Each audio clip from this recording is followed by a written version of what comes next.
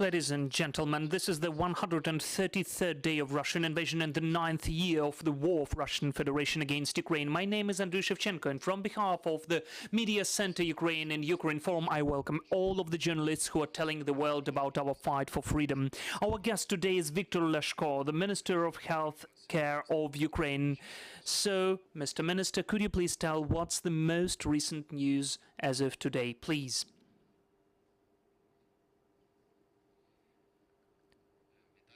Hello, everybody. I wish you all strong health. So I will begin with horrible figures, which are done and created by the occupier country on the territory of our country, the aggressor and the terrorist country, Russian Federation. Since the beginning of the war, we have 817 healthcare facilities and units and buildings which are damaged by enemies' shells and bullets. And I may say these hospitals are not working in the technological process. To this or that extent, we took them back to save the Ukrainians and provide medical aid. 122 institutions were fully destroyed and they cannot be restored. We need to construct new ones at these places. If we assess that in money for the recovery of the damaged institutions to the state, which they used to have before the beginning of war, we already need 35 billion 808 million, and to reconstruct the several institutions, we need 15 billion, and 14 medical employees are killed and 47 are damaged. This is according to the official statistical data, and those are only the employees who used to be working in the civil hospitals. We understand that there is some statistics of our colleagues who were mobilized and now they are saving Ukrainians at the front line, helping our armed forces of Ukraine to protect the borders of our state. Simultaneously, the hospitals are damaged and destroyed by the occupier, as well as the ambulances and emergency vehicles. 85 of vehicles of civil infrastructure, ambulances, were totally damaged. 105 vehicles were kidnapped, and we don't know what's now happening with them. And also, 471 pharmacy was damaged and 43 was fully destroyed. At the territory which the Russian Federation is trying to provide occupational regime, we have 469 healthcare institutions. Those are the institutions of primary care and the specialized institutions of healthcare sphere. Still in Ukraine, the healthcare system is going on working, providing medical aid, and the program of medical guarantees is going on work. Since the beginning of the war, according to the program of medical guarantees, we have transferred more than 50 billion hryvnia for all of the payments to be provided, including the remuneration, which should be increased according to the decree of the president.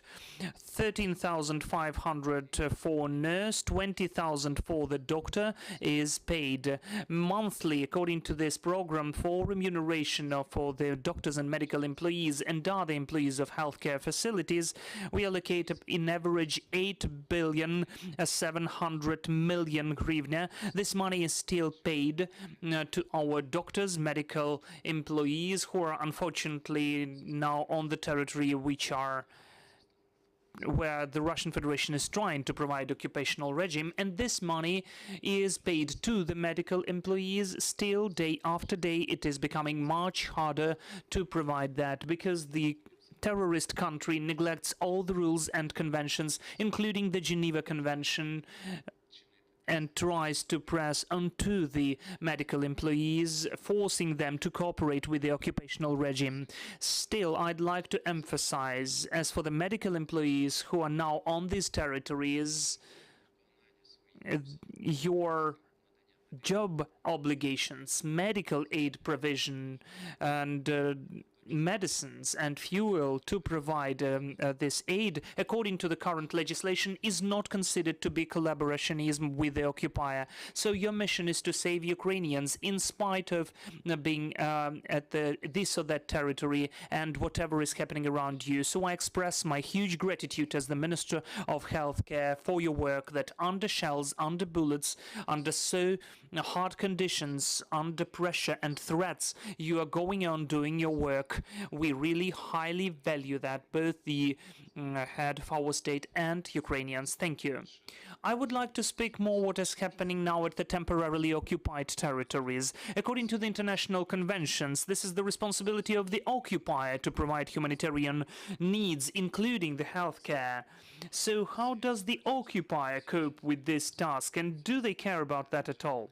Well, unfortunately, they again show that they are the terrorist country. They do not comply with the conventions which are adopted and acknowledged by the WHO, and the medicines which need to be provided at the territories where they try to provide occupational regime. This provision is critical, and today I officially declare that the Russian Federation has never opened the humanitarian corridors for us to deliver the medicines which have been procured by the state budget as the humanitarian aid from the partners with the proved efficiency, which are certified and needed to be delivered to the people who were waiting for them. That is both about the medicines in the inpatient clinics and the pharmacy segment, which people used to get according to the accessible medicine, hypertension, attention medicines and insulin. Now, unfortunately, it's impossible to buy them in the pharmacies and the stores of the deliveries which we made before the beginning of the occupational regime or their attempts.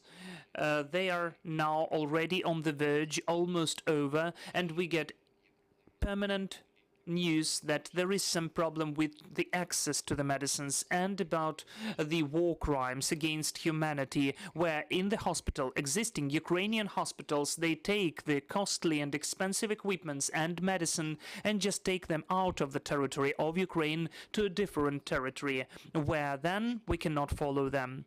What can Ukrainian medicine do in this case, and healthcare at the occupied territories? There are our citizens there who need our help. Yes, and this is the question what we are doing now. First and foremost, today this is the Red Cross, Médecins Sans Frontières, the WHO. We have permanent communication to comply with Geneva Convention and to deliver the incredibly important medicines to the territory where the Ukrainians need. Separately, we have some of the points which we provide, but I cannot make them public now because the occupiers are doing anything possible through the access to the medicines to force to cooperate with the occupied country. Are there any questions? Please. Vladislavo, Bukhukor-Inform. Viktor, going on as a follow-up question to Andrii's question, as for the situation at the temporarily occupied territories, we are speaking about the situation with the infectious diseases.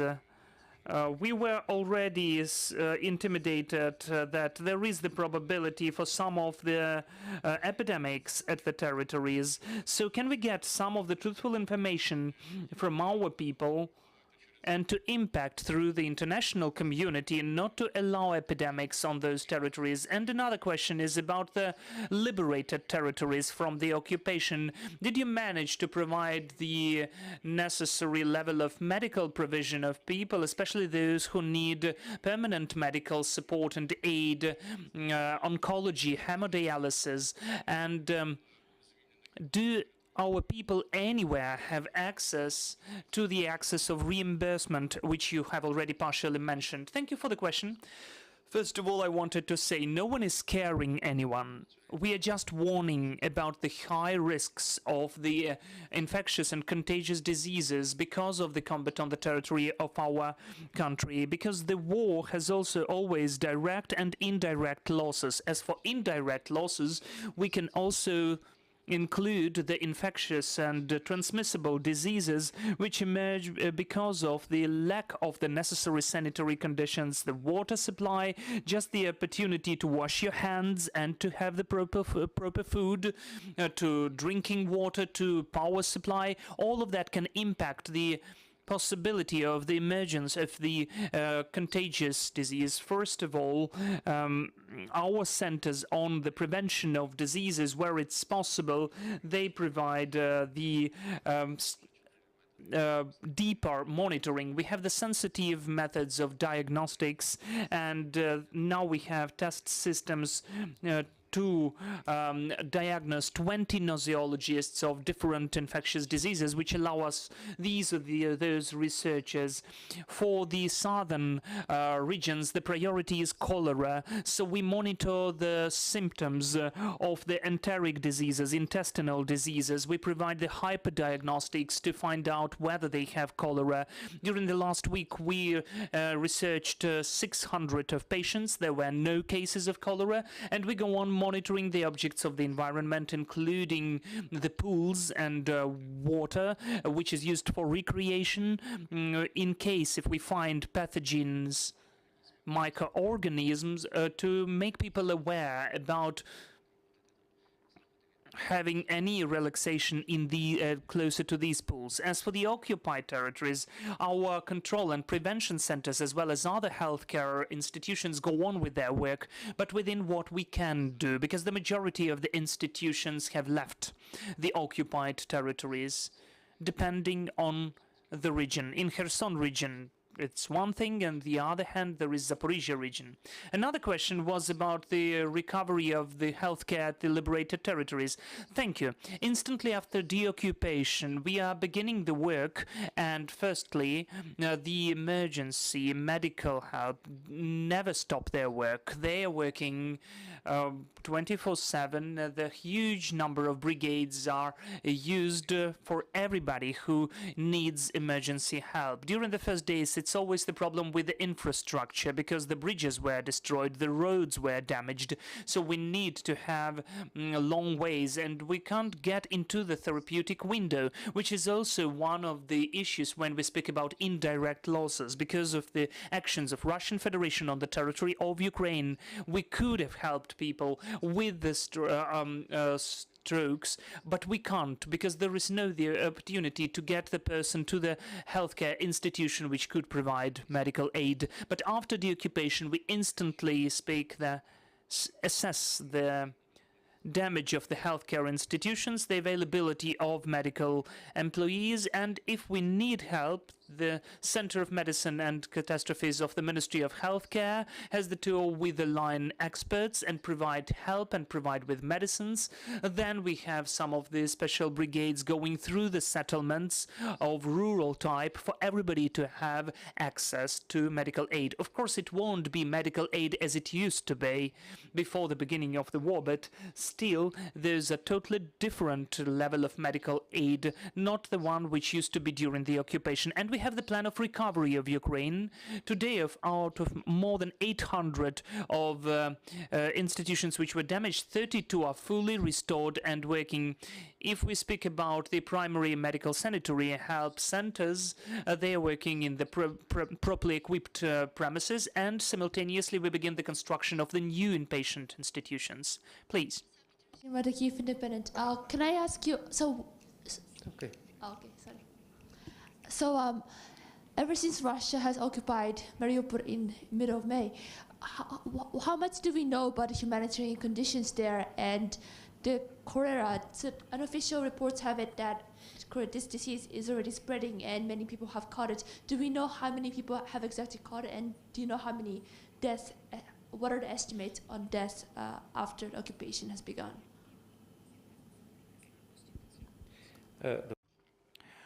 Well, as for cholera, it is not exotic for Ukraine, and south of Ukraine is endemic as for the diseases. We are always and constantly ready to respond to any cases, including cholera. We've never had outbursts of cholera since 2011, or maybe only several cases which our infectious service has adequately stopped. As for Mariupol, I don't know about any cases, registered cases of cholera, and the information which came from healthcare institutions did not witness about that, but we have restricted access of communication with the medical employees who are still in Mariupol, staying there. We are only in touch with the heads of the institutions who left Mariupol and in the safe conditions. As for two institutions, I will not list them, we totally lost connection with them, and even today we cannot get any payments for them because we are waiting for the appointment of the new superiors to restore the keys in the banking system and to begin this work. Are there any other questions among the journalists? Then I have a question about coronavirus. For the third year, this is the topic which we need to take consideration about. What's about it? Well, the previous week is the first week during this period of time, during the last 2 months, when we register the increase of number of cases of coronavirus disease. During the last week, we registered 1,018 cases, and the week before that, we had 943 cases. So this is the growth of 12%, and this is the tendency which we can see in the European countries as well. In Europe, they register a very strong leap in comparison with June or May. They almost doubled the cases, and we are potentially getting ready to the possible new wave, the increase of number of cases of coronavirus disease. We are also preparing the healthcare system for that. There are some medicines to treat. There are some of the individual protection means which we do not measure in the numbers, but in pallets, because we don't even unpack them, but we just put them all over the warehouses, all over Ukraine, in case of necessity to deliver them where they are needed. But still, I urge the people, do not neglect the rules of epidemic security. If it's possible, please look and update your vaccination status. In case if you didn't have the second inoculation or the booster vaccine, do it as quick as possible. We have vaccines on the territory of Ukraine, the certified by the WHO vaccines, so we need to get ready potentially to the possible increase of number of cases of coronavirus disease during winter and autumn. We wouldn't like that to see, of course, but we need to be ready to anything.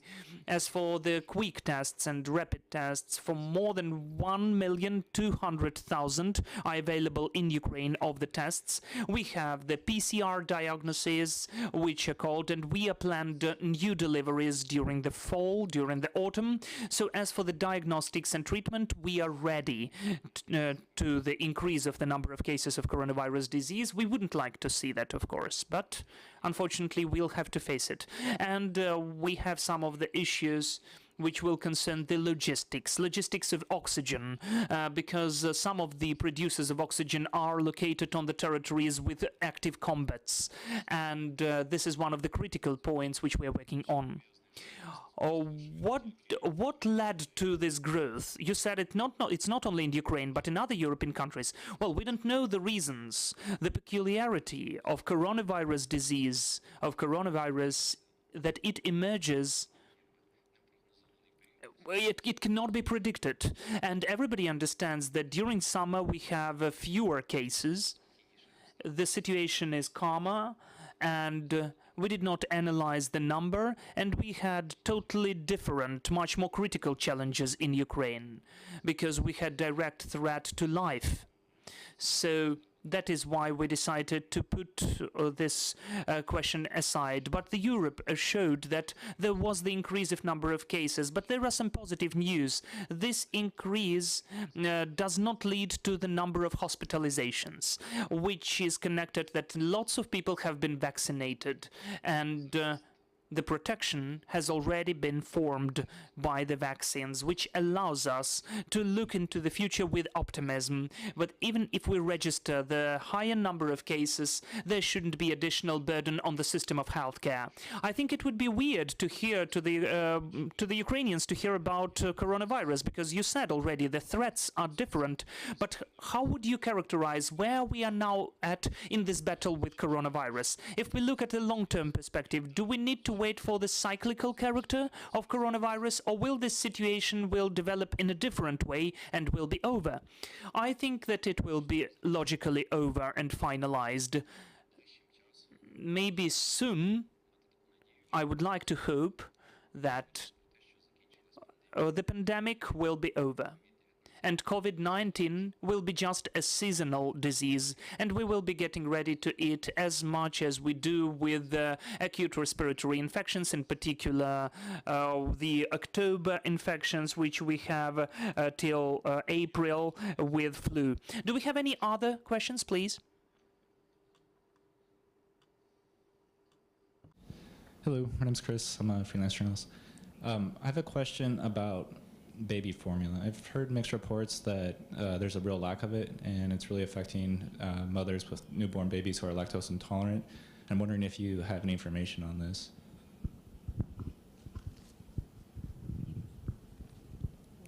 Треба переклад, що таке формула.